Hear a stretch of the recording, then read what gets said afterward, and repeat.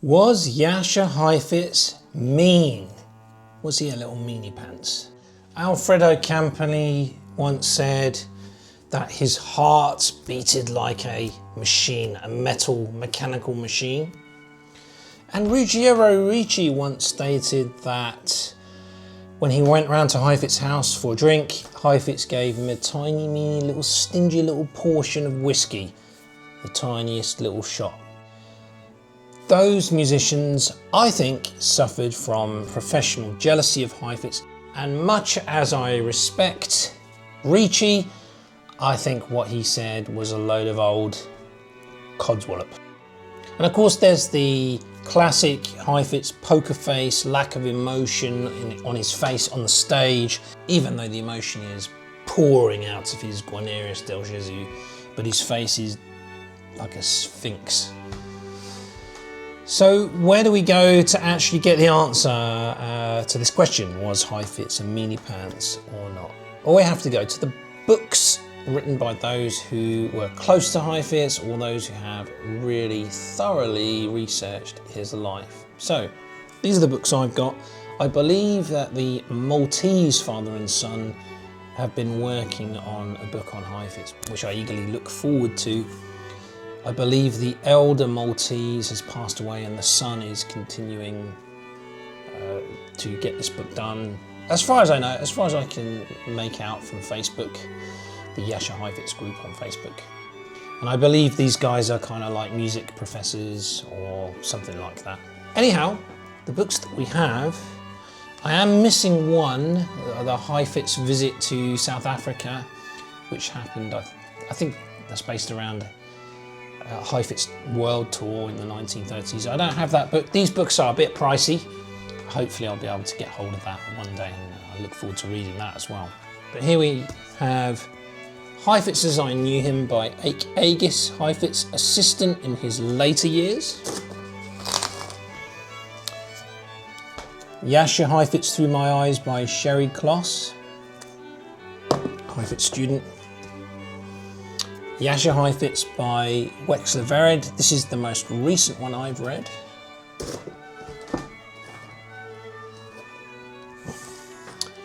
The Axelrod Heifetz biography. It's kind of a bit pants, this book. However, I like it because it's just full of so much information, but a lot of people don't like that one. This book, if you want to look at definitive pieces by Heifetz, so he's the top scoring violinist in here. And of course, Henry Roth's book, he has a whole chapter on Heifetz, and I think he must be a massive Heifetz fan based on what he writes in here. So if we look into these books, we can find the answer as to whether Heifetz was a meanie pants or not. And I want to have a look at Sherry Kloss's book first, because Sherry Kloss had a bit of a boo-boo, a bit of an accident, unfortunate event happened to her. Let's see how Heifetz handled it. First of all, as these books bring out, I'd just like to point out that Heifetz held many parties for his students, New Year's Eve parties and whatnot. And he liked to have a lot of fun with his students. Also, when you look at the videos of Heifetz with his students, you can see him playing ping pong with them. You can see them actually doing his gardening as well. So you get the sense that perhaps this is after his second divorce. His students are coming around to his house in Los Angeles and hanging out with him. They're doing jobs for him. And also these books reveal that Heifetz helped students to be able to stay in America. I'll come on to that in a moment. So what we want in Sherry Kloss's book is the chapter Gifts, okay? And straight away on page 96, this is what Sherry Kloss says. He was very close to Heifetz, an assistant and student. Although he enjoyed giving gifts, he was reluctant to accept them. So there's one point, he enjoyed giving gifts. So then on page 98, Heifetz has lent Sherry Kloss a violin, a Monzino, okay? And she puts the violin in the trunk of her car, kind of a silly thing to do. And then when she comes back, the violin is gone. The car's been broken into, the violin has been pinched. Sherry Kloss says, I was hysterical. How could I have been so stupid? What was I to do for an instrument? How could I have explained to Mr. Heifetz what had happened?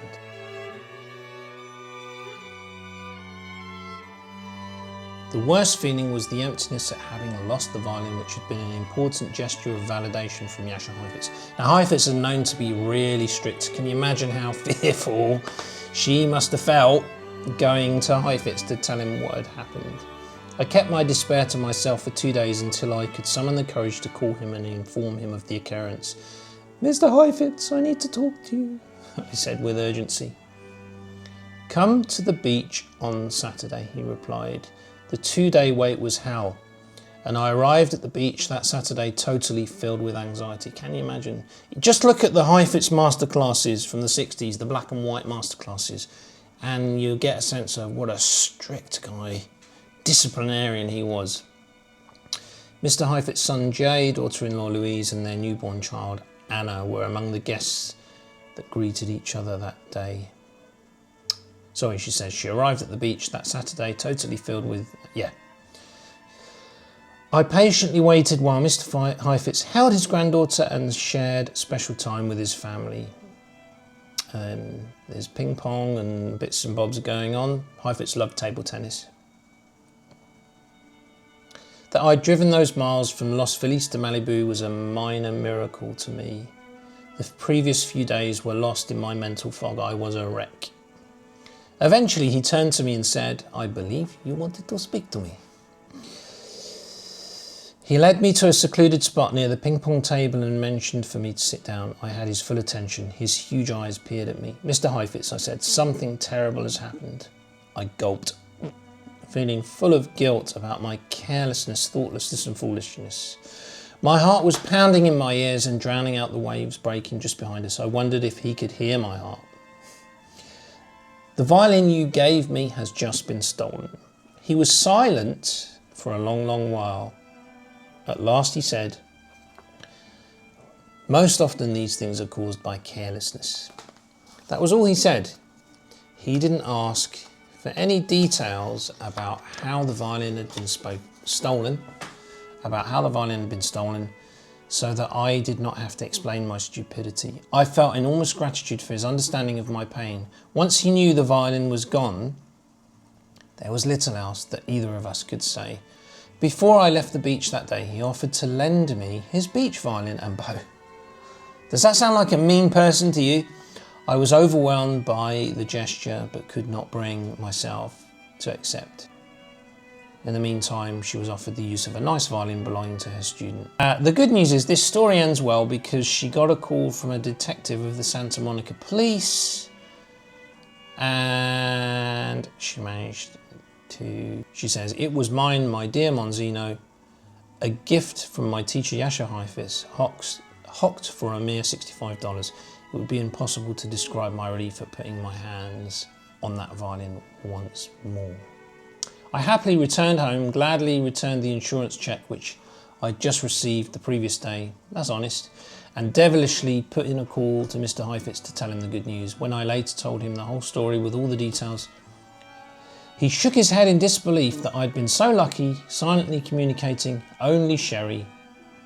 He was probably thinking another fish story, my suffering had been relieved. You know what's amazing about this is not only did Heifetz treat her very gently, he then went on to bequeath his Tononi violin, the very violin that Heifetz had performed at Carnegie Hall on, and that historic breakthrough concert performance that he gave at Carnegie Hall. The Tononi violin, and I've done a video on the Tononi violin that has done surprisingly well. I don't know why, it's got 30,000 views, which for me is quite good. He bequeathed that violin to Sherry Kloss when he passed away. So that showed that he held no ill feeling towards her, in fact, quite the opposite. That sound like a mean guy to you? You heard that little squeaky bark? It's this little guy who's spending a night or two with us. His name's Toby. We're a very dog-friendly house here. And here's a point in this article, classicalmusic.com. Heifetz was a generous donator not only of instruments and bows to his students, but by giving numerous benefit concerts for various good causes. In 1919 he appeared at the Metropolitan Opera House with fellow émigré Sergei Rachmaninoff, raising a small fortune to help offset the government deficit following the First World War. During the Second World War, he gave innumerable concerts, often at great risk to his personal safety, playing from the back of a touring flatbed truck in and near war zones. Countless are the stories of his deep concern for injured soldiers, in whose company he would allow the master to drop, tell jokes, and share reminiscences.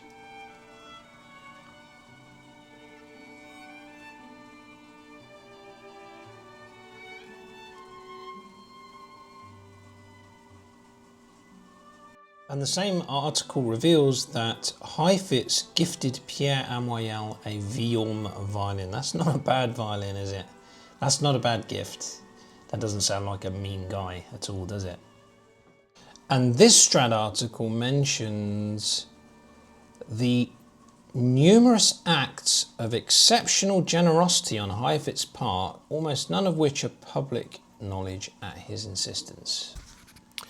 Then there is also the fact that Heifetz offered one of his students the opportunity of a lifetime to record the Bach double violin concerto with him. This is Wexler Vered's book on page 140. It says his trek across the country was fruitful, for he found a marvellous student from New Jersey called Eric Friedman. Heifetz invited him to study at the Southern California University, and later Friedman became his personal student. That's it. Thank you. Lunch? Thank you, Mr. Brooks. Yes, sir. The young violinist made such excellent progress under Heifetz's tutorship that in 1961 the master granted him the honour of joining the recording of the Bach double concerto.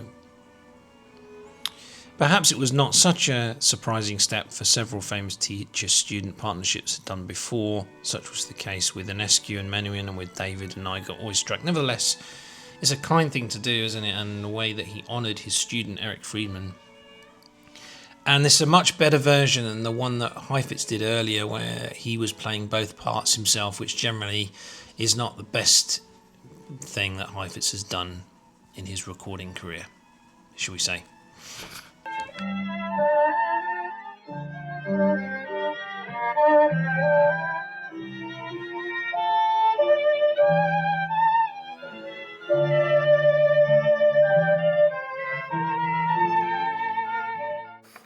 I feel very, very privileged to have this back issue of the Strad magazine from 1986, literally a year before Heifetz's death.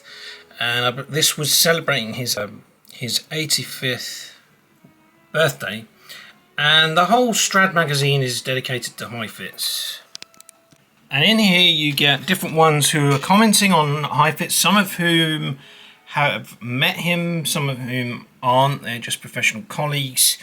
And there are even one or two relatives who comment in here as well. Some of them are Heifetz students, and more importantly, we get some glimpses into Heifetz's generosity. So let's look at a few of these accounts. Firstly, let's see what Trevor Williams has to say about Heifetz. Heifetz was actually a modest man, but at the same time absolutely certain of his place in the hierarchy. Good balance, attitude. Demanding and deserving the highest fees for his work, he was never heard to belittle other violinists. Not a universal virtue in our profession. So there we get a glimpse of Heifetz's aristocratic, gentlemanly side. He gave such inspiration to all young players, and even now his films continue to do so. Surely he must be told just how grateful we are and how privileged we feel to have heard him. Now let's see what Jacob Latina says. Heifetz is probably the best host I have ever met in my life. The times I've been at his house for dinner or when he's had small parties, he always made sure one would feel as comfortable as possible. One time a friend of his visited and admired a collection of glasses that Heifetz had. There was one milk glass in particular that the man found particularly attractive, even though it was slightly chipped. Heifetz so loved the way this person appreciated the glass that he went into another room and came back with exactly the same glass but without the defect, and insisted on giving it to the guest as a present.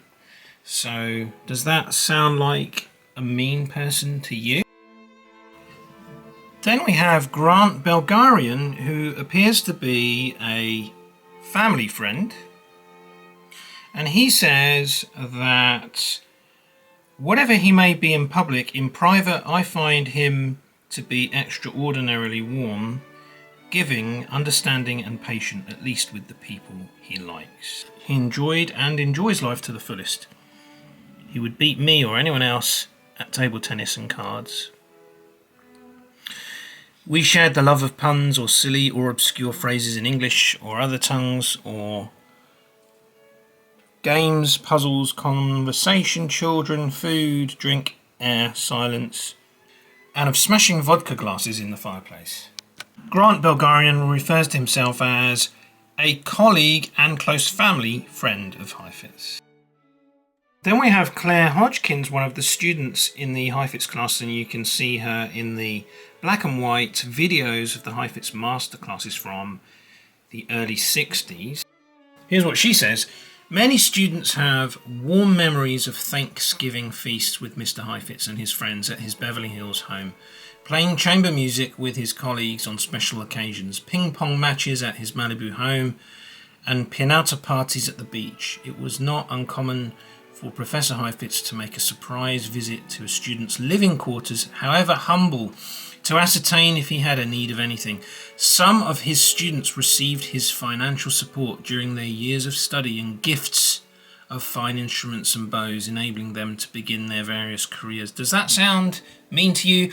I have also heard somewhere, and I think it's in one of the biographies, which I haven't been able to put my finger on lately, that Heifetz helped students when they had a battle to remain in America because of visas expiring and such like, and he helped them financially in such situations. Does that sound like a mean person to you? And by the way, putting on hospitality, being a host, putting on parties is not cheap. Certainly as Heifetz like to have a drink, when you have many students and friends around, it costs money to do that, so that's not really a mean guy. I don't think so. And then in this same Strad magazine, we have a whole section on Eric Friedman, one of Heifetz's most beloved students, I would say. And this is what he says. He has some very warm things to say about Heifetz. This is when he had the privilege of recording the Bach double with his teacher in London, which of itself is an act of great kindness, to give the student the privilege of actually recording with the greatest violinist of all time. He says, one incident I'll never forget occurred during our recording session at Walthamstow. At one point in the first take, I hit a blatantly obvious whistle. I remembered the exact spot and knew we had to retake the movement.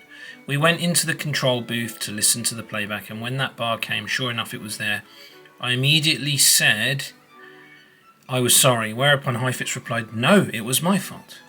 Puzzled, I turned to him and I said, I appreciate your accepting the blame, but that was my doing. Heifetz dismissed what I said, and even when the engineers played the passage back and it was obvious that it came from my side of the stereo recording, Heifetz said, see, I told you it was my fault, and directed us back in for another take. To me, this small incident reflects the kind of person Heifetz is. Perhaps sensing how nervous I was, he wanted to put me at ease. Not only did he claim responsibility for a mistake that was obviously not his, but he did not call attention to it. Now there's another account Friedman gives that really shows, again, Heifetz's kindness and generosity, that he was not a stingy sort of guy. Heifetz does not make a display of his generosity. In fact, he usually makes an effort not to publicise his actions. He's not doing it for show. In all the years I studied with him, he never charged me for lessons. This is Eric Friedman. Never charged for a single lesson by Heifetz. There is another article where a former student of Heifetz seems a little bitter and reveals the autocratic side of Heifetz. She, it appears, just simply didn't get on with Heifetz. It didn't work for her, his method. A very autocratic, disciplinarian, old school style teacher. However, so it is interesting to consider that just by way of comparison, but that's certainly not what many of his students say. The majority absolutely love Heifetz.